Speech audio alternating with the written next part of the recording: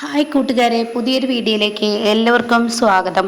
അങ്ങനെ നന്ദിനിക്ക് മേലിൽ ഇനി ആരോപണം വീഴുകയാണ് കേട്ടോ. അത് ഹരിത തന്നെയാണ് പറയുന്നത്. ഇവളാണ് ഈ ഒരു വിഗ്രഹം ഇവിടെ വെക്കാൻ എഴുതിയെ, അതായത് ഇവിടുത്തെ അങ്കിളിനെ സപ്പോർട്ട് ചെയ്തതുകൊണ്ടാണ് ഈ വിഗ്രഹം ഇവിടെ വെച്ചത് എന്ന് പറഞ്ഞിട്ട് എല്ലാവരും കൂടി നന്ദിനിയെ കുറ്റപ്പെടുത്തുന്നുണ്ട് കേട്ടോ. ആ സമയം പത്മ ഒന്നും തന്നെ മിണ്ടില്ല. പക്ഷെ തൻ്റെ ഭർത്താവിനെ നാളെ രക്ഷിക്കാമെന്നുള്ള ഒരു പ്രതീക്ഷയാണ്. അങ്ങനെ യതീന്ദ്രനെ രക്ഷിക്കാൻ പോകുന്നുണ്ട്. പക്ഷേ യതീന്ദ്രനെ ജാമ്യം കിട്ടിയില്ല. യതീന്ദ്രൻ പുറത്തിറങ്ങുകയാണ്. ഇതോടുകൂടി പത്മക്ക് അങ്ങ് കലി തുള്ളുകയാണ്. പത്മ പിന്നീട് സൂര്യയുടെ നേർക്കെടുക്കുകയാണ്. നിന്റെ ഭാര്യ കാരണാടാ നീ വേലക്കാരി എന്നൊക്കെ ഞങ്ങൾ ഒച്ചത്തിൽ വിളിച്ചു പോകുമ്പോൾ നീ അത് കേൾക്കണടാ. ഇപ്പം നിന്റെ അച്ഛനാടാ ജയിലിൽ പോയി കിടക്കേണ്ട അവസ്ഥ വന്നത്. അത് ഉണ്ടാക്കിയത് നിന്റെ ഭാര്യയാണ്. അവളും കൂടി സപ്പോർട്ട് ചെയ്തിട്ട് അതൊക്കെ ഉണ്ടായതെന്ന് പറയുമ്പോൾ സൂര്യ വല്ലാതെ വിഷമിക്കുകയാണ് കേട്ടോ. സൂര്യയുടെ നെഞ്ച് തകരുകയാണ്. സൂര്യക്ക് പിന്നീട് ഒന്നും മിണ്ടാനാവില്ല. എപ്പോഴും ഫൈറ്റ് ചെയ്യുന്ന സൂര്യ ആ സമയം നിശബ്ദനായി നിൽക്കുകയാണ്. എന്നാൽ ഇവിടെ തൻ്റെ ഫോണ് കാണാത്തതിനെ തുടർന്ന് അതായത് ഹിമയുടെ ഫോൺ കാണുന്നില്ല. അതൊക്കെ ഒരുപാട് തിരയുകയാണ് രഞ്ജിത്ത്. എവിടെയാണ് ആ ഫോൺ പോയതെന്ന് പല ഭാഗങ്ങളിലായിട്ട് ഇങ്ങനെ തിരഞ്ഞുകൊണ്ടിരിക്കുകയാണ്. അപ്പോഴൊക്കെ തിരയുമ്പോൾ നന്ദിനിയുടെ ഉള്ളിലൊരു സംശയം വരികയാണ്. അങ്ങനെ നന്ദിനി ആരും കാണാതെ ഇങ്ങനെ രഞ്ജിത്തിൻ്റെ പിറകെ പോവുകയാണ്. അപ്പോൾ രഞ്ജിത്ത് എന്തോ തിരയുന്നത് കാണുമ്പോൾ നന്ദിനി വേഗം ചെന്നിട്ട് ചോദിക്കുകയാണ്, നിങ്ങളെന്താ തിരയുന്നത്? നിങ്ങളുടെ കാറാണോ എന്ന് പറഞ്ഞിട്ട് രഞ്ജിത്തിൻ്റെ കയ്യിൽ ആ കാറ് കൊടുക്കുന്നുണ്ട്. ആ സമയം രഞ്ജിത്ത് പറയുകയാണ്, ഞാൻ ഇതായിരുന്നു എന്ന് പറയുമ്പോൾ പിന്നീട് ആ മൊബൈലിൻ്റെ കാര്യം ഒന്ന് ചോദിച്ചാലോ എന്ന് തൻ്റെ ഉള്ളിൽ ഇങ്ങനെ പലവട്ടങ്ങളായി തോന്നുകയാണ്. അങ്ങനെ താൻ പതിയെ അത് ചോദിക്കാൻ ഒരുങ്ങുമ്പോൾ, എന്താ സാർ എന്തെങ്കിലും വേറെ? അപ്പോഴേക്കും അല്ല, ഇതിൻ്റെ കൂടെ എന്തെങ്കിലും കിട്ടിയോ എന്നാ ചോദിക്കത്തുള്ളൂ. മൊബൈൽ എന്ന് പറയില്ല. കാരണം മൊബൈൽ എന്ന് പറഞ്ഞു കഴിഞ്ഞാൽ ഒരുപക്ഷെ അവൾക്ക് സംശയം തോന്നുമെന്ന് രഞ്ജിത്തിന് മനസ്സിലാവുകയാണ്. അങ്ങനെ രഞ്ജിത്ത് ആ മൊബൈലിൻ്റെ കാര്യം പറയില്ല. അങ്ങനെ രഞ്ജിത്ത് ഒരിക്കലും താൻ പിടിക്കപ്പെടാൻ പാടില്ല. അപ്പം അതുകൊണ്ട് തന്നെ അവളെ സംബന്ധിച്ച എല്ലാ തെളിവുകളും അത് നശിപ്പിക്കണം, അത് അത്യാവശ്യമാണ് എന്നിങ്ങനെ രഞ്ജിത്ത് ചിന്തിക്കുകയാണ്. പിന്നീട് രഞ്ജിത്തിനാണെങ്കിലോ ഈ ഡെഡ് ബോഡി കൊണ്ടുപോയിട്ട് ഒരു തെരുവിലാണല്ലോ രഞ്ജിത്ത് ഇട്ടിരിക്കുന്നത്. അത് മാത്രമല്ല ഈ ഡെഡ് ബോഡി കത്തിക്കരിക്കുകയൊക്കെ ചെയ്യുന്നുണ്ട് കേട്ടോ. അത്രയും ക്രൂരമായ പ്രവൃത്തിയാണ് ഇനി രഞ്ജിത്ത് ചെയ്യുന്നത്. അപ്പം ഇതിനെക്കുറിച്ച് റിവ്യൂ പറഞ്ഞല്ലോ. അങ്ങനെ രഞ്ജിത്താണെങ്കിൽ ഇതെന്താ ടി വിയിൽ വരാത്ത, ഇതെന്താ ന്യൂസ് ആവാത്ത എന്ന ചിന്താഗതിയോടുകൂടി ഇങ്ങനെ രഞ്ജിത്ത് നിൽക്കുകയാണ് കേട്ടോ. തനിക്കിത് ന്യൂസ് ആവുന്നത് കാണാൻ വേണ്ടി ടിവിയുടെ റിമോട്ടും പിടിച്ച് ടി വിയിലോട്ട് തന്നെ ഇങ്ങനെ നോക്കിയിരിക്കുമ്പോൾ ഇതിൽ സംശയം തോന്നുകയാണ് ബാക്കി എല്ലാവർക്കും. എന്താ രഞ്ജിത്ത്, നീ കുറേ നേരമായല്ലോ ടി വിയിൽ റിമോട്ടും പിടിച്ചിരിക്കുന്നത്, നീ ഈ ലോകത്തൊന്നും അല്ലേ എന്ന് ചോദിക്കുമ്പോൾ രഞ്ജിത്ത് പെട്ടെന്ന് അയ്യോ ബോറടിക്കുന്നു, അതുകൊണ്ട് ഞാൻ വെറുതെ ടി വി കണ്ടതാണ് എന്നിങ്ങനെ പറയുകയാണ് കേട്ടോ. അപ്പോഴാണ് ഇനി നടക്കാൻ പോകുന്നത്. ഹിമയുടെ മമ്മിയും, അതായത് ഹിമയുടെ അമ്മയും അച്ഛനും ഹിമയെ തിരഞ്ഞു വരികയാണ്. അങ്ങനെ ഹിമയെ തിരഞ്ഞു വരുമ്പോൾ സൂര്യ പുറത്ത് നിൽക്കുന്നുണ്ടാവും.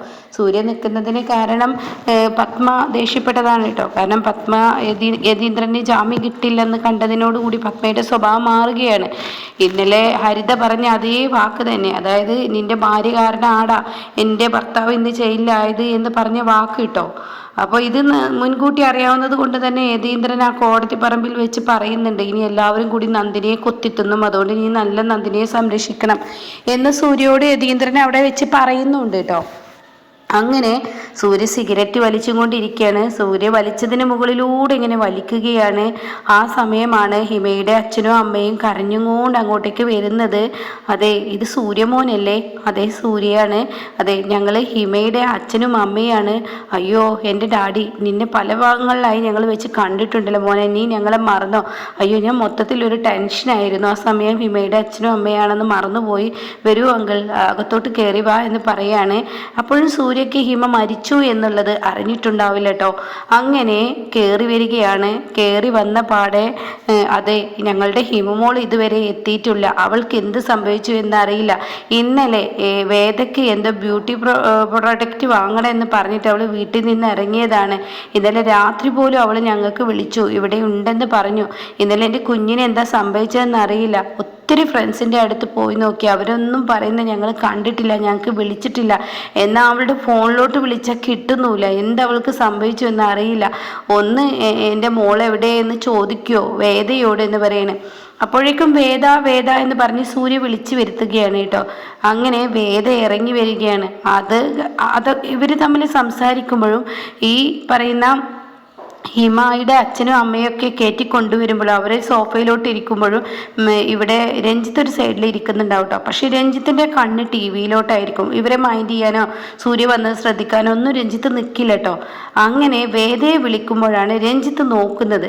അപ്പോൾ വേദ അങ്ങ് വരികയാണ്. അപ്പോൾ വേദ വന്നിട്ട് ടി വിയുടെ മുന്നിൽ നിൽക്കുകയാണ്. അപ്പോൾ ഈ സമയം രഞ്ജിത്തിന് ദേഷ്യം പിടിക്കണം. ഇവളാണെങ്കിലോ ടി വിയുടെ മുന്നിൽ നിന്നാൽ ഇതിൻ്റെ യഥാർത്ഥത എന്താണെന്ന് മനസ്സിലാവാൻ കഴിയില്ലല്ലോ. ഇവളെന്തെങ്കിലും ടി വിയുടെ മുന്നിൽ നിൽക്കുന്നു എന്നിങ്ങനെ ചിന്തിക്കുകയാണ്. അപ്പോൾ ആ സമയമാണ് വേദ പറയുന്നത് ഹിമയുടെ അച്ഛനും അമ്മയും എന്ന് പറയുമ്പോഴേക്കും രഞ്ജിത്ത് ഞെട്ടലോട് കൂടി എണീക്കുകയാണ്. അപ്പോൾ ഉടൻ തന്നെ അതേ മോളെ, ഹിമ ഇന്നലെ വന്നിട്ടില്ല, ഇതുവരെ എൻ്റെ മോളുടെ ഒരു വിവരവുമില്ല, അവളുടെ ഫോണിലോട്ട് അടിച്ചിട്ടില്ല, കിട്ടുന്നില്ല. നിനക്ക് അവളെക്കുറിച്ച് എന്തെങ്കിലും അറിയാവോ? എൻ്റെ മോളെ എവിടെയെന്ന് പറയാമോ എന്ന് പറഞ്ഞിട്ട് ആ അമ്മ കരയുകയാണ്. ആ സമയം ഹിമ പറയുകയാണ്, ഹിമയെക്കുറിച്ച് പറയുകയാണ് വേദ, അയ്യോ ഇന്നലെ അവൾ ഞങ്ങളുടെ അടുത്ത് ഉണ്ടായിരുന്നു എന്ന് സത്യം തന്നെയാണ്.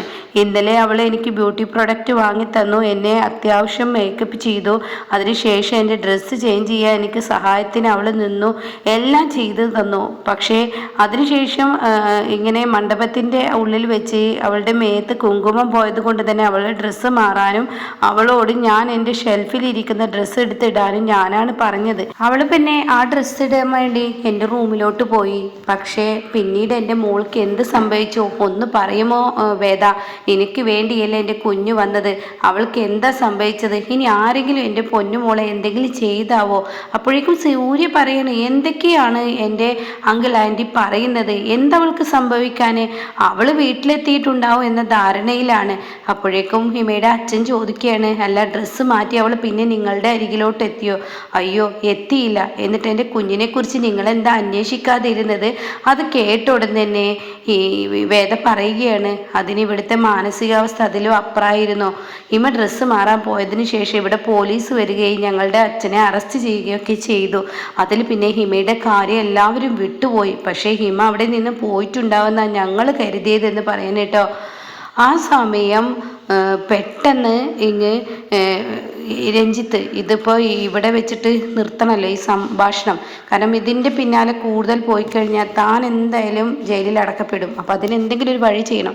അപ്പോൾ കാണാൻ എല്ലാവരെയും ഞെട്ടിപ്പിച്ചും കൊണ്ട് സൂര്യ പറയണം, എൻ്റെ അങ്കിൾ, എൻ്റെ ആൻറ്റി, നമുക്ക് പോലീസിൽ ഒരു കേസ് കൊടുക്കാം, അതായിരിക്കും നല്ലത്. അവൾ മിസ്സിങ് അല്ലേ, എന്ത് സംഭവിച്ചു എന്ന് അവളെ അറിയേണ്ടത് നമ്മുടെ ആവശ്യമില്ലേ, അപ്പോൾ നമുക്ക് പോലീസിലൊരു കേസ് കൊടുക്കാം എന്ന് പറയണേ. ആ സമയം ഉടനെ തന്നെ അയ്യോ അപ്പോൾ എൻ്റെ മകൾക്ക് എന്തോ സംഭവിച്ചു എന്നാ പറയുന്നത്. അയ്യോ എൻ്റെ ആൻറ്റി, അങ്കിള് അങ്ങനെയൊന്നും പറയാതെ, നിങ്ങളുടെ മകൾക്കൊന്നും സംഭവിക്കാതിരിക്കാനും നിങ്ങളുടെ മകൾ എവിടെ പോയി എന്ത് പോയി പെട്ടെന്ന് പിടിക്കാനും കൂടിയാണ് പോലീസ് നമുക്ക് സഹായമായി വരുന്നത്. പോലീസുകാർക്ക് പെട്ടെന്ന് കണ്ടെത്താൻ കഴിയും, അതുകൊണ്ടാണ് പറഞ്ഞത്.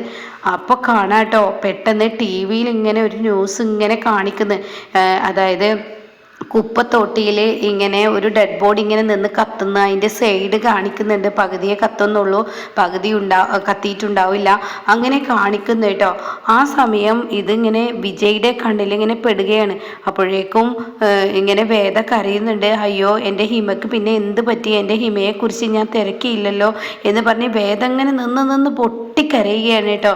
ആ സമയം കാണാം പിന്നെ ഇവിടെ പെട്ടെന്ന് അല്ല ഞാൻ കണ്ടു, ഞാൻ ഡ്രസ്സ് മാറാൻ വന്ന ഹിമയെ ഞാൻ കണ്ടു എന്ന് രഞ്ജിത്ത് പറയുകയാണ്. ആ സമയം സൂര്യകങ്ങ് ദേഷ്യം പിടിക്കുകയാണ്, ഇത്രയും നേരം നീ ആ ഒരു കാര്യം ഞങ്ങളോട് പറയാതെ ഇപ്പം പെട്ടെന്ന് പറയാൻ എന്താ കാരണം എന്ന് ചോദിക്കുകയാണ്.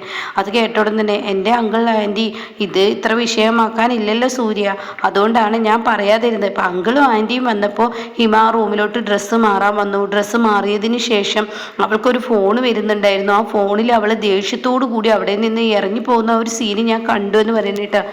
ഇനി പറയുന്നത് സത്യമാണോ എന്ന് സൂര്യ ചോദിക്കുകയാണ്. അപ്പോൾ ആ സമയം സത്യമാണെന്ന് പറയണേ. അപ്പോഴേക്കും ഹിമയുടെ അമ്മ പറയാണ്, എൻ്റെ മോൾക്ക് വല്ല ലവർ അങ്ങനെ ആരെങ്കിലും ഉണ്ടോ എന്നിങ്ങനെ വേദയോട് ചോദിക്കുകയാണ്. മോളെ നീ സത്യം മാത്രം പറഞ്ഞാൽ മതി, ലവർ ഉണ്ടെങ്കിൽ അങ്ങനെ സമാധാനിച്ചിരിക്കുക, നീ പറ എന്ന് പറയുമ്പോൾ ഹിമയെക്കുറിച്ച് നിങ്ങൾ എന്താ കരുതിയത്? LKG മുതൽ ഞങ്ങൾ തമ്മിൽ ഒരുമിച്ച് പഠിക്കൽ തുടങ്ങിയതാണ്.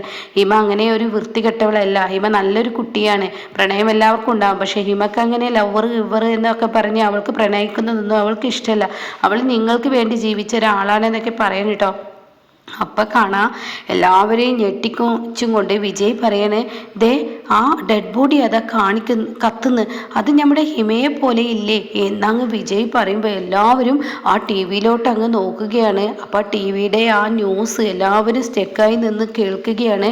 അതിൽ പറയുന്ന വാക്ക് ഇങ്ങനെയായിരിക്കും, അതായത് ഏതോ ഒരു സൈക്കോ വളരെ ക്രൂരമായിട്ടാണ് ഒരു പെൺകുട്ടിയെ കൊന്നു തള്ളിയിട്ടിരിക്കുന്നത്. കൊന്നതും പോരാ, പെട്രോൾ ഒഴിച്ച് പകുതിയോളം കത്തിച്ച് എരിഞ്ഞെരിഞ്ഞ് ബാക്കിയുള്ളവും കത്തിക്കുന്ന ആ ഒരു സീനാണ് ഇതിൽ കാണുന്നതെന്ന് പറയുമ്പോൾ ഹിമയുടെ അമ്മ നോക്കുമ്പോൾ ഹിമയുടെ അമ്മ കാണുന്ന തൻ്റെ മകളുടെ ചെറിയൊരു മുഖഭാവവും അവളുടെ അതേ ഡ്രസ്സും. അപ്പോഴേക്കും വേദക്ക് മനസ്സിലാവുകയാണ് അത് എൻ്റെ ഡ്രസ്സാണല്ലോ എന്ന്. അപ്പോൾ വേദ പറയാണ്, മമ്മി അത് ഹിമയാണെന്ന് പറയണേ. അപ്പോഴേക്കും ഹിമയുടെ അമ്മ അതേ എൻ്റെ മകളാണെന്ന് പറയണേ. അങ്ങനെ അവിടെ ഒരു കൂട്ടക്കരച്ചിൽ, അയ്യോ എൻ്റെ മകളെ ആരാണ് ഇത്രയും ക്രൂരമായി കൊന്നത് എന്ന് പറഞ്ഞിട്ട് ആ അമ്മയും അച്ഛനും നിലത്ത് കിടന്ന് ഉരുളുമ്പോൾ വേദ അവരെ ചെന്ന് താങ്ങുകയാണ് കേട്ടോ. അപ്പോഴേക്കും നന്ദിനിയും ഓടിയെത്തുകയാണ്. കണ്ടു നിൽക്കുന്നവർക്ക് എല്ലാവർക്കും സങ്കടമാവണേ, എല്ലാവരും കരയുകയാണ്. എന്നാൽ രഞ്ജിത്തിൻ്റെ മുഖഭാവം അങ്ങനെ മാറി മറയുകയാണ്. ഈശ്വര, ഇനി എന്തായാലും സൂക്ഷിക്കേണ്ടിയിരിക്കുന്നു. ഇത് കേസ് മുന്നോട്ട് പോയി കഴിഞ്ഞാൽ തീർച്ചയായും തനിക്ക് ആപത്താണ്. താൻ പിടിക്കപ്പെടാൻ പാടില്ല, താൻ ഒരിക്കലും ഒരു കൊലയാളിയാണെന്ന് ആരും അറിയാൻ പാടില്ല, താനൊരു സൈക്കോ ആണെന്നുള്ളത് പേര് വരും, അത് പാടില്ല എന്നിങ്ങനെ ചിന്തിച്ച് നിൽക്കുകയാണ് കേട്ടോ. അങ്ങനെ സൂര്യ, വാ അങ്കിൾ ആൻറ്റി നിങ്ങളിങ്ങനെ കരയാതെ, അത് ഹിമയൊന്നുമല്ല, എത്ര പെൺകുട്ടികളുണ്ടാവും, എന്താണെങ്കിലും അത് പോലീസ് കണ്ടെത്തിക്കോളൂ അത് ആരാണെന്ന്. നമുക്കിപ്പോൾ പോലീസ് സ്റ്റേഷനിൽ പോവാം, ഒരു പരാതി നൽകാം, ഞാനും കൂടെ വരാം എന്ന് പറഞ്ഞിട്ട് സൂര്യ അവരെയും കൊണ്ടുപോവാണ് കേട്ടോ. അങ്ങനെ ഹിമയെ മരിച്ചു എന്നുള്ള ആ സത്യം ഇനി പുറത്തു വരുമ്പോൾ രഞ്ജിത്തിൻ്റെ ഓരോരോ കള്ളത്തരം കണ്ടുപിടിക്കുന്നത് നന്ദിനി തന്നെ ആയിരിക്കും കേട്ടോ. അങ്ങനെയാണ് വേദയുടെ സ്വഭാവം മാറുന്നത്. അപ്പം അതിനെക്കുറിച്ചൊക്കെ റിവ്യൂ പറയാം കേട്ടോ.